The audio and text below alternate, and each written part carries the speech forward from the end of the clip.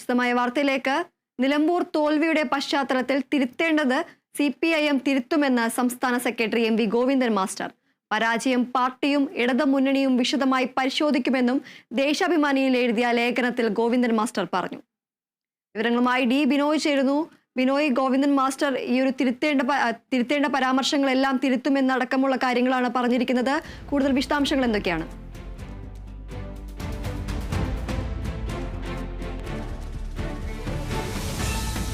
നമുക്ക് വലിയ തരത്തിലുള്ള വിമർശനങ്ങളാണ് കഴിഞ്ഞ ദിവസങ്ങളിൽ ഉയർന്നു വന്നത്. ആ വിമർശനങ്ങൾ ഉൾക്കൊണ്ടുകൊണ്ടാണ് ഗോവിന്ദൻ മാസ്റ്റർ തന്നെ പാർട്ടി പത്രത്തിൽ തന്നെ ഒരു ലേഖനം എഴുതാൻ തയ്യാറായിരിക്കുന്നത്. കാരണം CPI ഉയർത്തിവിട്ട വാദമുഖങ്ങൾ വളരെ വലുതായിരുന്നു. ആ നാട്ടുകാരനായ സ്ഥാനാർത്ഥി എന്ന നിലയ്ക്ക് സ്വന്തം വാർഡിൽ പോലും ഭൂരിപക്ഷം നേടാൻ കഴിയാത്ത ഒരവസ്ഥ M സ്വരാജിന് വന്നു. അതുകൊണ്ട് തന്നെ രാഷ്ട്രീയപരമായി ഇതിനൊരു പരിശോധന അനിവാര്യമാണെന്നും അതിനായി 3 മുതിർന്ന നേതാക്കന്മാരെ പരിശോധനയ്ക്കായി CPI ചുമതലപ്പെടുത്തുകയും ചെയ്തു.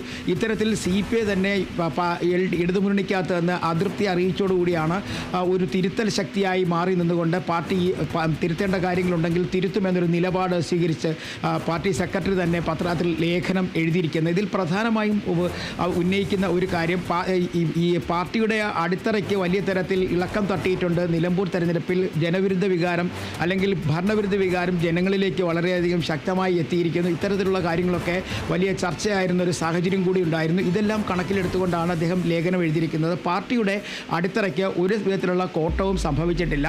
2021 അന്നത്തെ കോൺഗ്രസ് സ്ഥാനാർത്ഥിയായിരുന്ന VV പ്രകാശിന് കിട്ടിയ വോട്ടിനേക്കാൾ 1700 വോട്ട് കുറവാണ് ഇപ്പോൾ കോൺഗ്രസ് സ്ഥാനാർത്ഥിക്ക് കിട്ടിയിരിക്കുന്നത്. അതേസമയം CPIMന് അവരുടെ വോട്ട് വിഹിതം തോറ്റെങ്കിലും വോട്ട് വിഹിതം കൂട്ടാൻ കഴിഞ്ഞു എന്ന കാര്യവും പ്രതിപാദിക്കുന്നു. ഇതിൽ പ്രധാനമായും എടുത്തു പറയുന്നത് ചില മതതീവ്ര ശക്തികളുമായുള്ള ബന്ധം കാരണമാണ് കോൺഗ്രസ് സ്ഥാനാർത്ഥി അവിടെ വിജയിച്ചത്. ജമാഅത്തെ ഇസ്ലാമിയും SDP ഒക്കെ കൈ അയച്ച് അവരെ സഹായിച്ചു കോൺഗ്രസിനെ. അത്തരത്തിലൊരു സഹായം കിട്ടിയതുകൊണ്ടാണ് ഈ മതതീവ്ര ശക്തികളുടെ സഹായത്തോടു കൂടിയാണ് അവിടെ കോൺഗ്രസ് സ്ഥാനാർത്ഥി ജയിച്ചത്.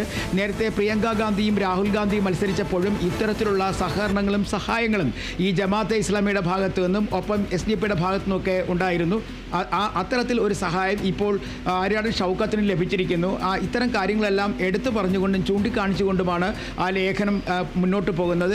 പ്രധാനമായും പാർട്ടിക്കകത്ത് തന്നെ വലിയ തരത്തിൽ ചർച്ചയായിരുന്നു. കാരണം M സ്വരാജിനെ പോലുള്ള ഒരു പാർട്ടി സംസ്ഥാന സെക്രട്ടേറിയറ്റ് അംഗത്തെ ഇത്തരത്തിലൊരു മത്സരത്തിലേക്ക് കൊണ്ടുവിടുക മാത്രവുമല്ല അവിടുത്തെ ഒരു സ്ഥിതി മനസ്സിലാക്കാതെ തന്നെ ഒരു പാർട്ടി സെക്രട്ടേറിയറ്റ് അംഗത്തിനെ മത്സരരംഗത്തേക്ക് ഇറക്കിയതിനോട് തന്നെ ചില വിയോജിപ്പുകൾ അന്ന് തന്നെ ചിലർ രേഖപ്പെടുത്തിയിരുന്നെങ്കിൽ തന്നെയും പാർട്ടി നിർദ്ദേശം അതേപടി അനുസരിക്കാനും സ്വീകരിക്കാനും M സ്വരാജ് തയ്യാറായാണ് മത്സരരംഗത്തേക്ക് വന്നത്. എന്നാൽ മത്സരത്തിന് എത്തിയപ്പോഴേക്കും ആദ്യഘട്ടം മുതൽ തന്നെ CPIM സ്ഥാനാർത്ഥിക്ക് വലിയ തരത്തിലുള്ള മുന്നേറ്റം നടത്താൻ കഴിയത്തില്ല എന്ന് തന്നെ ചില നേതാക്കന്മാർ സൂചനകളൊക്കെ നൽകിയിരുന്നു. എങ്കിൽ തന്നെയും അവസാന റൗണ്ടിൽ വിജയിക്കാനുള്ള സാധ്യതയും CPIM വെച്ച് പുലർത്തിയിരുന്നു. എന്നാൽ ഇവിടെ നമ്മൾ മനസ്സിലാക്കേണ്ടത് CPIM പറഞ്ഞു നിർത്തുന്നത് അങ്ങനെയാണ്.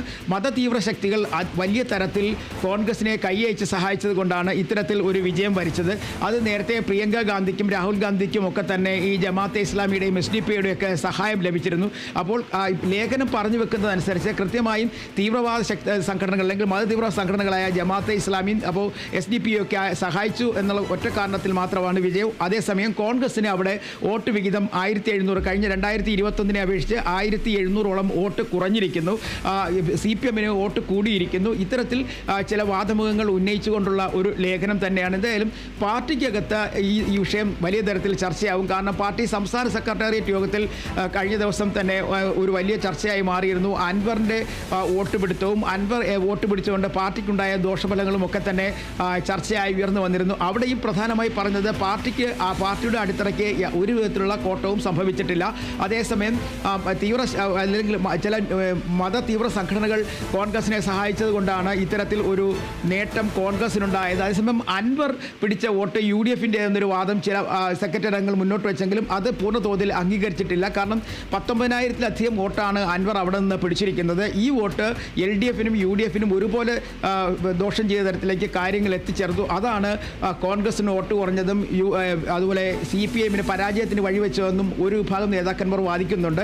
എന്തായാലും ഇന്നും പാർട്ടി സംസ്ഥാന സമിതി യോഗം ഇന്നും നാളെയും തുടരും. അതിനകത്ത് കൃത്യമായും ഈ പാർട്ടിക്കുണ്ടായ പരാജയം ഉൾപ്പെടെയുള്ള കാര്യങ്ങൾ ചർച്ച ചെയ്യുന്നുള്ള വിവരങ്ങളാണ് പുറത്തു വരുന്നത്. കാരണം ഇത്തരത്തിൽ ഒരു പാർട്ടി സംസ്ഥാന സെക്രട്ടേറിയറ്റ് അംഗത്തിന് കോൺഗ്രസിന് ഈ അവരുടെ സ്വന്തം നാട്ടിൽ തന്നെ പരാജയം ഏറ്റുവാങ്ങേണ്ടി വന്ന ഒരു സാഹചര്യം, ആ സാഹചര്യത്തിലേക്ക് പോയ പാർട്ടിയുടെ നിലപാടുകൾ ഇതെല്ലാം തന്നെ ചർച്ച ചെയ്യാൻ തന്നെയാണ് പാർട്ടിയുടെ നീക്കം.